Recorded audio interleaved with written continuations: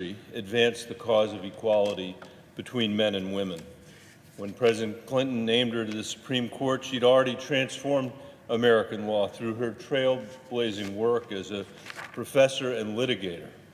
It's why her nomination sailed through this body with 96 votes, a reminder of a time not so very long ago when the Senate understood its constitutional duty to advise and consent, when a qualified judge would get the vast majority of senators to vote for that person every single time we did that. We reestablished the idea that the judiciary is independent from what hopefully are temporary, insane, partisan battles. After earning that 96 votes for more than a quarter century on the court, Justice Ginsburg authored rulings that promoted fairness, advanced equality, and secured hard-won rights. They upheld affirmative action and protected a woman's right to choose. At the same time, she could never accept decisions that nullified our right to vote or otherwise limited our democratic values, even when it was hard for some of her colleagues on the highest court in the land to perceive the systemic racism in our country.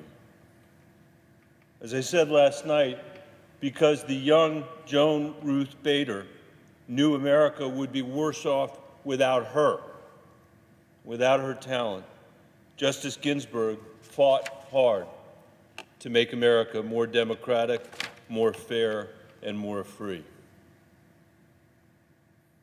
Unfortunately, the same cannot be said of the majority leader of this body, who now seeks to ram her replacement through the Senate. As a senator and as a majority leader, he dedicated his career to undo the work of Justice Ginsburg and those who have fought beside her for a better America.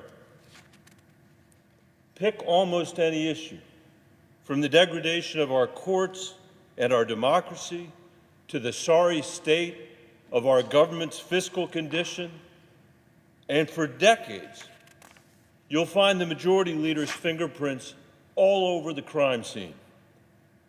Let's start with the courts. That seems an appropriate place to start today. Justice Ginsburg cared deeply about what she called public respect for and confidence in the judiciary. No one in America has done more to destroy that confidence and respect than the senator from Kentucky. I first came to Washington as Colorado's senator during President Obama's first term. The majority leader, who was then the minority leader, Mitch McConnell from Kentucky, led the blockade against virtually all of President Obama's nominees. He filibustered the nominee for Secretary of Defense, who was a Republican. In the history of the country, no nominee to be Secretary of Defense was filibustered. From George Washington to George W. Bush, senators had used the filibuster against 68 presidential nominees. From Washington to Bush, that entire period, 68 filibusters of presidential nominees. During President Obama's first 5 years, Republican senators, led by Mitch McConnell, used it against 79 nominees. In 5 years of a brand new president. They used the filibuster more time than in our history going back to George Washington. The obstruction was relentless, Madam President. And it finally led Senate Democrats to change the rules in 2013 with the so-called nuclear option, allowing us to confirm judicial nominees, except for the Supreme Court and other executive appointments, with 51 votes instead of 60 votes. I'm sorry about that vote. I've apologized on this floor before about that vote. It has led us partly to where we are today. After Republicans won a majority in this body, Senator McConnell made his prior obstruction look like a game of beanbag. He wasn't in the minority anymore, now he was in the majority. The next low point came on February 13th, 2016. I'll never forget it. I was speaking at the Jefferson-Jackson Day dinner in Colorado when I saw the crawl come on CNN announcing the death of Justice Scalia. It was a presidential election year, and there were 342 days to go before the end of President Obama's second term, a term made possible by the American people deciding once again to hire him, to give him the power to appoint people to the Supreme Court. Let the people decide. 1 hour after Chief Justice Roberts confirmed Justice Scalia's death, Senator McConnell declared, "The American people should have a voice in the selection of their next Supreme Court justice. Therefore, this vacancy should not be filled until we have a new president." That's not what the Constitution says. When there's a vacancy, the president shall nominate, the Senate shall advise and consent. Today we have a Senate with this majority that's not even interested in advising. As we stand here tonight, they've given their consent without even knowing whom the nominee is going to be. Hoping cooler heads would prevail, President Obama nominated Merrick Garland, someone a Republican Senate had previously confirmed with 76 votes, and whom the former Republican senator from Utah, my friend Orrin Hatch, once called a consensus nominee for the Supreme Court. I had known Merrick Garland for a quarter of a century. I worked for him fresh out of law school when both of us served in the Deputy Attorney General's office at the Department of Justice. I have never heard another lawyer, or anyone for that matter, refer to Garland without the highest admiration. He set the standard for excellence. He was a lawyer's lawyer. Senate Republicans, led by the majority leader, refused to even meet with Judge Garland, let alone give him the courtesy of a hearing so the American people could see what an outstanding person he was, how brilliant and fair-minded he was. The majority leader would go on to say about this disgraceful moment in our democracy's history that one of the proudest moments, I'm quoting now, my proudest moments was when I looked Barack Obama in the eye and said, "Mr. President, you will not fill this Supreme Court vacancy." And we know what happened next. We're still living in next. For the rest of 2016, the majority leader held the seat open all year, 342 days, no hearings, no meetings, no vote. One of the senators in this body went home. I was proud of it. They went home and they said, "You know what, I'm never going to vote for Merrick Garland, but I think it's wrong for us not to have a vote. We should have a vote, and I should go home and explain why I voted the way I voted and have to defend my vote." 2 days later, a super PAC run by a former clerk of Justice Scalia started to threaten that they would run a primary against him if he didn't change his mind. And he did. And so we know what happened. Majority Leader McConnell kept the seat open. He helped elect Donald Trump, who ran for office waving around a list of judges that he would appoint to the court. and making Donald Trump, of all people, the first president in American history with the power to fill every judicial vacancy with a simple majority vote. And because Senator McConnell later used the nuclear option to change the rules again without really having any debate here. And as a result, he's used that power to confirm 217 judges, nearly a quarter of the federal bench, are now Trump appointees.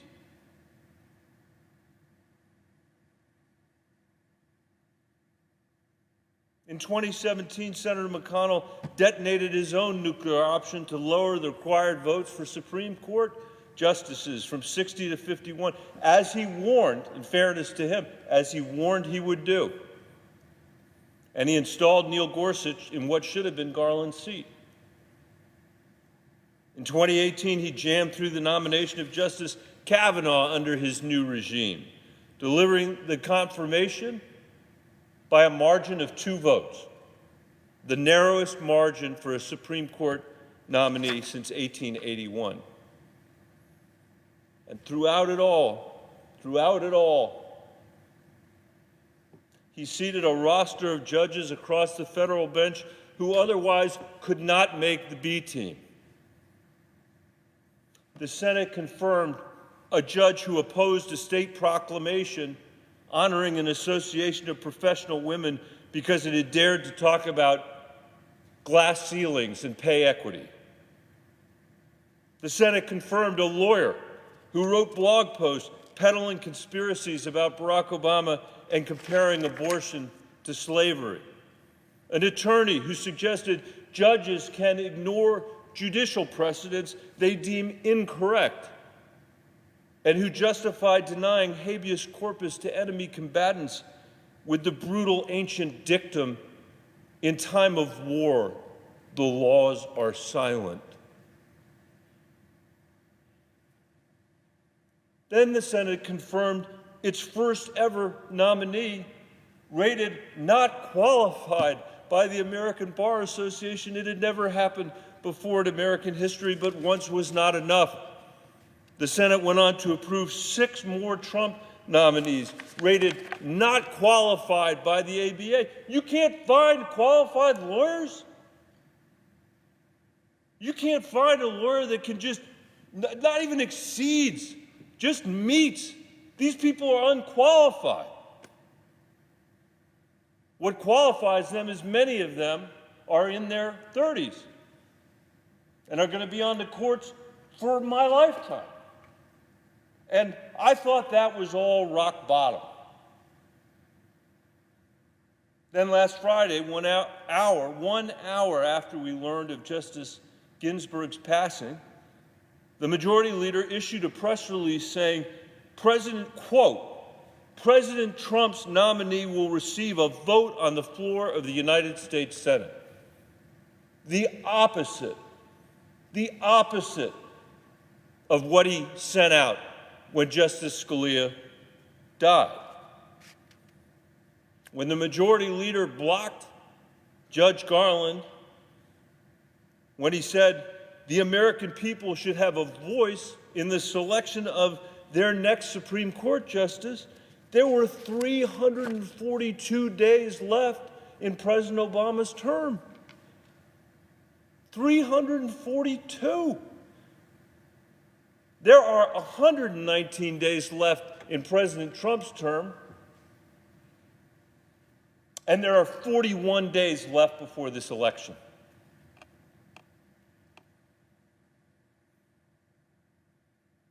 Here's what the history really is. Not the masquerade that the majority leader has been engaging in with the American people. From the founding of this country until today, we have had 9 Supreme Court vacancies arise in the first 6 months of a presidential election year. 9 vacancies have arisen in the first 6 months of a presidential election year. The Senate confirmed every single one of them. except Merrick Garland.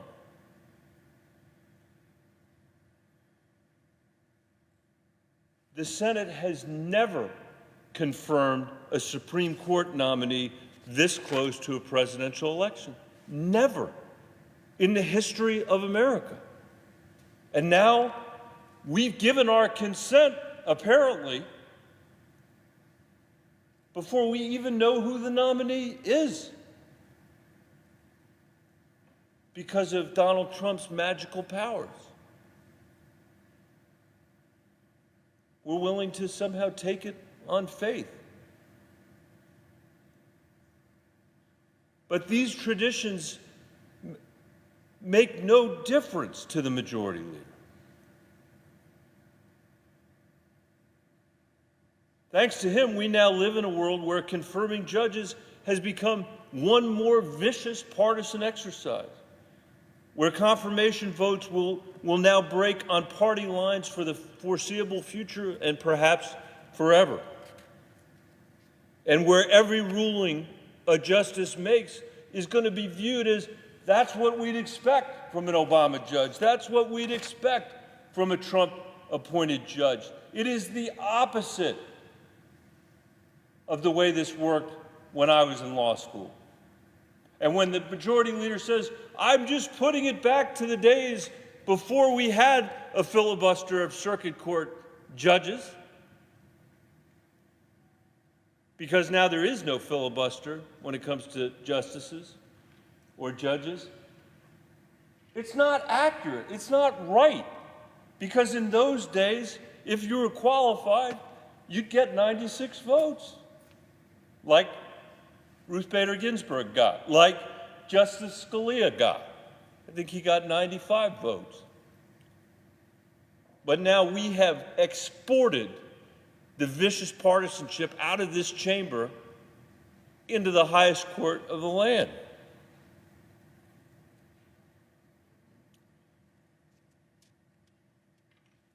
Senator McConnell has not only damaged the integrity of our courts, something the late Justice Ginsburg cared deeply about, he's also worked to sabotage her legacy of an America that is more democratic, more fair, and more free. Over his 36 years in office, the majority leader has voted against nearly every piece of legislation that promoted equality and advanced civil rights. Again and again, he's voted against banning discrimination based on someone's sexual orientation, prosecuting hate crimes, improving equity in the workplace. He even voted against reauthorizing the Violence Against Women Act. More than anyone in America, and I'd say he's actually proud of this, he is responsible for exposing our democracy to a deluge of money, special interests, and foreign interference. The majority leader has voted against every major campaign finance reform bill that came to this floor. In fact, he led the fight against the bipartisan reform bill written by the late Senator John McCain. And when he failed to stop it in the Senate, Senator McConnell went to the courts to have it overturned, paving the way years later for the disastrous ruling in Citizens United that has allowed billionaires to flood our political system in the name of free speech when average working people are being drowned out. He voted against the bipartisan National Voter Registration Act, which allowed people to register to vote when they get a driver's license. Ahead of the 2016 elections, he refused to join President Obama and issue a bipartisan statement to alert the American people to the threat of Russian interference in our elections. He refused to do it. And the American people didn't know till after the election was over that Vladimir Putin was putting his thumb on the scale. To this day, he refuses to let us vote on bipartisan bills to protect our elections from foreign interference, or even bills to fully fund our elections so people can vote safely in the middle of a pandemic. There's only one person who gets to decide whether we vote on something around here, and that's the majority leader. I'd like to see which senators would vote against protecting our elections from Russian interference. I'd like to see it. But we can't know because he won't allow it to come here for a vote. I'd like to see who in this chamber actually is against universal background checks. Something we haven't been able to take a vote on because the majority leader won't allow a vote.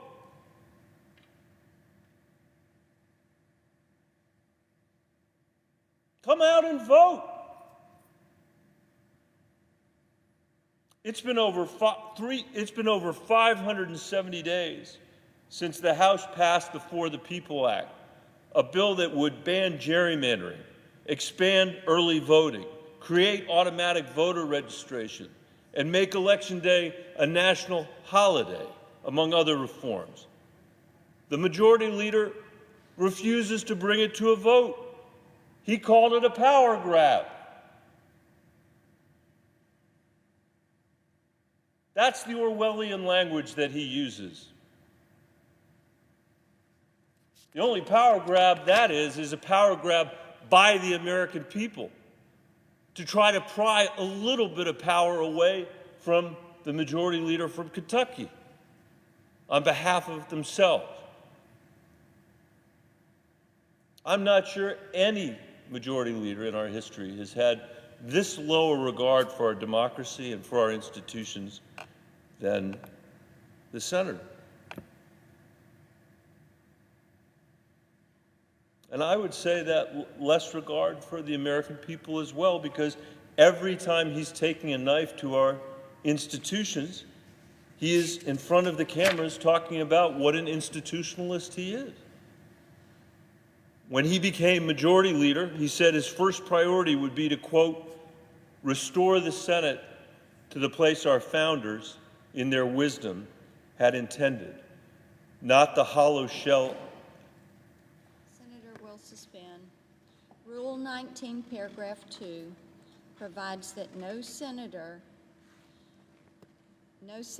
in debate shall directly or indirectly by any form of words impute to another senator or to other senators any conduct or motive unworthy or unbecoming a senator. I would ask. You may proceed. I'm sorry? You may proceed. Thank you. Thank you. Thank you, Madam Chair. I was interrupted, but let me go back. When he became majority leader, he said the first priority would be to, quote, restore the Senate to the place the founders in their wisdom had intended, not the hollow shell of an institution Harry Reid had created. Harry Reid was his predecessor. I remember him being on the floor calling Harry Reid the worst majority leader that had ever existed in history. I don't think he was sanctioned for that. He promised, quote, to open up the legislative process in a way that allows for more amendments from both sides. Last year, we voted on 26 amendments. In the entire year last year, we voted on 26 amendments. Only 8 of those amendments was passed. I think Senator Paul from Kentucky had 4 of those amendments. Quote, sometimes it's going to mean actually working more often. Sometimes it's going to mean working late, but restoring the Senate is the right thing to do. We're not working late around here. He said we were going to work on Fridays. Half the time Harry Reid was majority leader, I couldn't go home until Friday. And since the majority leader has been here, I'm home for dinner every Thursday night. He said we need to recommit to what he called a rational functioning appropriations process. This year, we haven't passed a single appropriations bill in the Senate. Last year, we had the longest government shutdown in American history. We need to return to regular order, he said. This is from a majority leader who put a bill on the floor to strip health care from 16 million Americans that we didn't even see until a few hours before the vote. There's so many of these things that we don't even remember them anymore. He claims to be an institutionalist, but he has brought this institution low, the lowest it's been.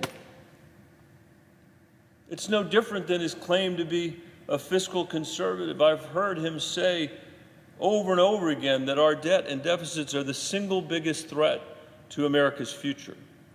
He called it, quote, the transcendent issue of our era. He said, quote, until we fix that problem, the deficit, we can't fix America. He said Americans are, quote, tired of the spending, debt, and government takeovers, and complained that our debt, quote, makes us look a lot like Greece.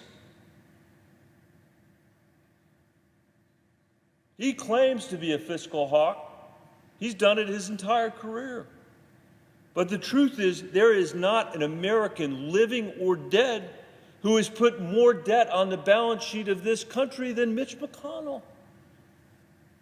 $17 trillion. And that's just over the last 20 years. And for what? To invest in education, to build our roads and bridges, to do something about mental health in the country or water infrastructure? For what? To cut taxes for the richest people in the country, borrow it all from China, which is the opposite of what he said he was doing. The opposite of what he promised. He said the tax cuts would pay for themselves. They never have. He said they'd benefit the middle class. 2/3 went to the top 20% at a time when we've got the worst income inequality that we've had since 1928. When we've had an economy that for 50 years, 90% of the American people haven't seen a pay raise. And that means in the first 25 years of this century, we're on track to spend $6.8 trillion on tax cuts for the richest 20% of Americans. It is exactly the same thing as if a mayor in any one of our communities, our states, said to their neighbors and to their city council and to the press, I'm going to borrow more money than we've ever borrowed before. And you'd say, well, that worries me a little bit. What are you going to spend the money on? Are you going to spend it on our roads? No. Are you spend it on our bridges? No. Our water system? No. Mental health? COVID? Our public health infrastructure? I'm going to take that money that I'm borrowing from the Chinese and I'm going to give it to the 2 richest neighborhoods in town. That is the majority leader's tax policy. And that's what it's been since 2001. This speech isn't about spending, but while I have the microphone, here's what we could have done for $6.8 trillion. We could have created universal preschool for every child in America. These are not either or, by the way. That's how big a number $6.8 trillion is. We could have created universal preschool for every child in America. We could have invested in the 70% of Americans who don't graduate from college so they can earn a living wage when they graduate from high school, not the minimum wage. We could have made public college affordable for every middle-class American, given every teacher in America a 50% pay raise, and pay them like the professionals that they are. We could have cut child poverty by 40% in this country. We could have protected Social Security so that we know it'll be there for our children and our grandchildren. We could have rebuilt America's roads, bridges, tunnels, and airports, laid high-speed broadband to every community, lowered the cost of prescription drugs, covered everyone with high-quality health care by creating a public option, passed paid family and medical leave, invested in science and public health so we could be more prepared for the global pandemic. We might even have paid down some of our debt. and actually acted fiscally responsibly. In other words, we could have changed the destiny of America. We could have added to the legacy of Justice Ginsburg by making this country more democratic, more fair, and more free. We still can, but we can't do it as long as the majority leader is continuing to pursue these policies. We have to choose leaders in the Senate who will build this country better than we found it, not leave it in tatters for our children and grandchildren to pick through the rubble. Instead of making the Senate work on behalf of the American people, the senator from Kentucky has run roughshod over this institution, doing whatever he can get away with politically. We're at a point where what you can get away with here is the only rules that are left. As I said last night, in this Senate, words have lost their meaning. And when words lose their meaning, when promises mean nothing, when commitments mean nothing, that's when institutions fail. And it's moments like this that I remind my colleagues that this is not the first republic to risk failure because of all of this, the Senate, the Supreme Court, the centuries of rules, written and unwritten, that have guided this republic. We're not preserving them for us. We're not preserving them for us. We're preserving them for the American people, because without our institutions, we can't do what we need to do in this democracy. Whether it's climate change or health care or education or any issue that the American people care about, no matter what side of the political aisle they're on. Justice Ginsburg appreciated this. She described her philosophy this way, quote, "I am an originalist in the sense of what these great men meant, a constitution that would govern through the ages. At least they hoped it would provide an instrument of government that would endure." That is what is at stake in this election. Whether we will accept this sorry chapter in our history as the new normal, or insist on a government that can actually govern and is focused on the needs and desires of the American people. I hope deeply that we're going to put this era behind us. And I'm not for going back to some old era, but to build a democracy that's worthy of the 21st century, worthy of the example Ruth Bader Ginsburg set, worthy of the expectations that our kids and grandkids reasonably have of us, and that most of us have for America in this world. That is the choice in this election. And to borrow a phrase from the majority leader, the American people should have a voice in the outcome. And it's my hope that in 41 days they will. Madam Chair, I thank you for your patience. I thank the staff for their patience, and I yield the floor. The Senate stands adjourned until 10 a.m. tomorrow.